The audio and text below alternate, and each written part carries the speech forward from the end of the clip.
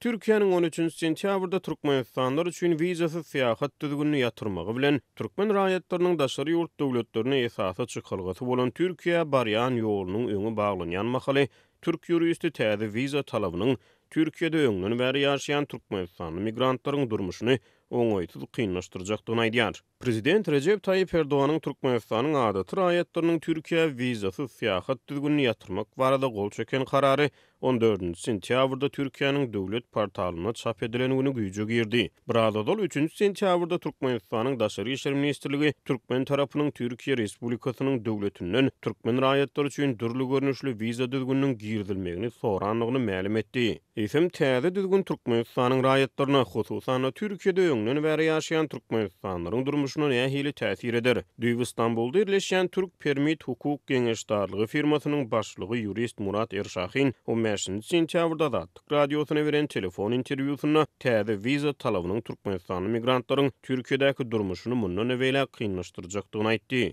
Şimdi şöyle bir durum var. Türkiye'de ikamet izni, çalışma izni olan kişiler oldu ki herhangi bir nedenden dolayı inni şeýle bir ýagdaý bar. Türkiýede ýaşaýyş ruhsady, iş ruhsady bar bolan adamlar aýdaly haýsyr bir ýagdaý sebäpli wiza düzgünleri bilen bagly, ýaşaýyş ruhsady bilen bagly düzgün bolma taýlayan ýagdaýlary sebäpler bolup bilýärdiler. Olar şeýle ýagdaýdan nähili çykarga tapýardylar. Türkiýanyň kanunçylygyna laýyklykda 3 ay içenli gaçkak ýagdaýda Türkiýede ýaşaýan adamlar pul jerimesini töleýärdiler we Türkiýeden çykyp derrew ýerine gaýdyp gelýärdiler. Şondan soňra olaryň gaýtadan ýaşaýyş ruhsatyna ýüz tutmagy haklar bolýardy.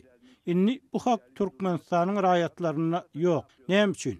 Sebäbi egerde Türkmenistanyň raýaty wiza bilen bagly düzgün bolmalary ýol beren bolsa, aýdaly meselem wizasynyň möhletini uzaltmagy ýatdan çykaran bolsa ýa-da ýüz tutmany ýalňyş ýerine ýetiren bolsa, ol mundan beýlek 3-nji bir ýurda girip çykyp gaýtadan ýaşaýyş ruhsatyna ýüz tutup bilmeýär.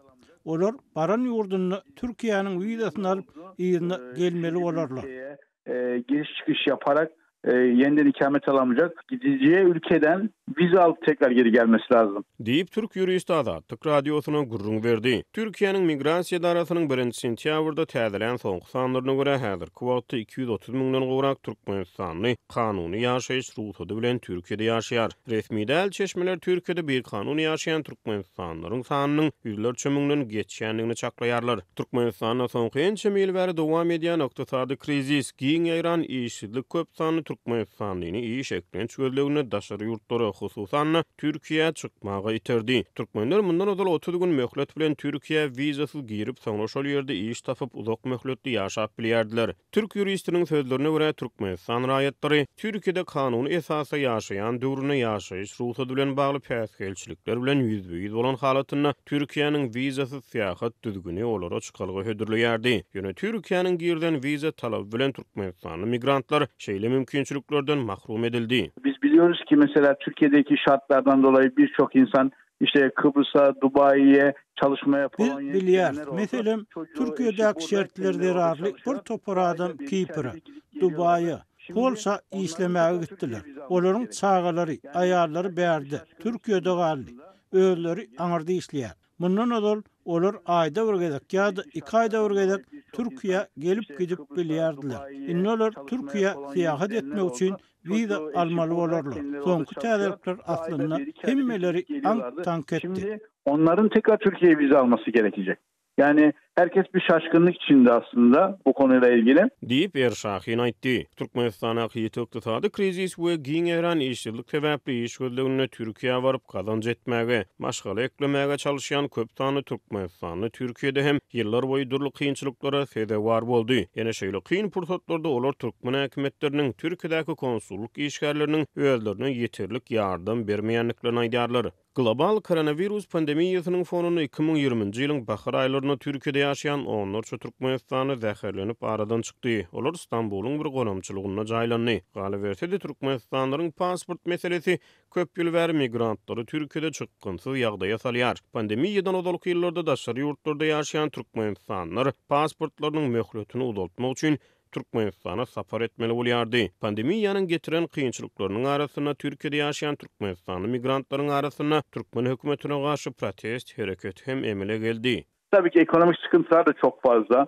Özellikle bu pandemi zamanında burada uçakların Elbette, ağır iqtisadi kynçylyklar hem bar. Hususan pandemiýa döwründe usar gatnawlarynyň ýatyrylmagyndan soň bilişimi diýäli bir ýerde onlarça Türkmenistanly, belki de yüzlerce Türkmenistanly aradan çykdy. Usar gatnawlar bolmagan soň olar bärde. Howsarsızlar gonamçylygyna jaýlandy. Ýa-ni ýakynna şoňa meňdeş ýene bir ýagdaý bilen ýüzbeýiz bolduk. Beýleki tarapdan bir ýerde syrkawlap soňky demini öýüne berjek diýen adamlar bar. Köp adam şeýle diýip bize ýüz tutdy. Biz konsulhana bilen ara gatnaşyga geçip olara kömek etmäge synançdyk. Diýjek bolýan adam wiza düzgünniň ýatyrylmagy bilen bagly bir topar sebäp bolanlar. Birçok insan geldi bize, konsoloslukta onlara iletişime geçirdik, onlara yardımcı olmaya çalıştık ama demek istediğim birçok sebep bunun için vardır. Diýip Türkiýeli migrasiýa hünermen aýtdy. Türkiýe Türkmenistanlar üçin wizasyz syýahat düzgünni 2007-nji ýylda girdipdi.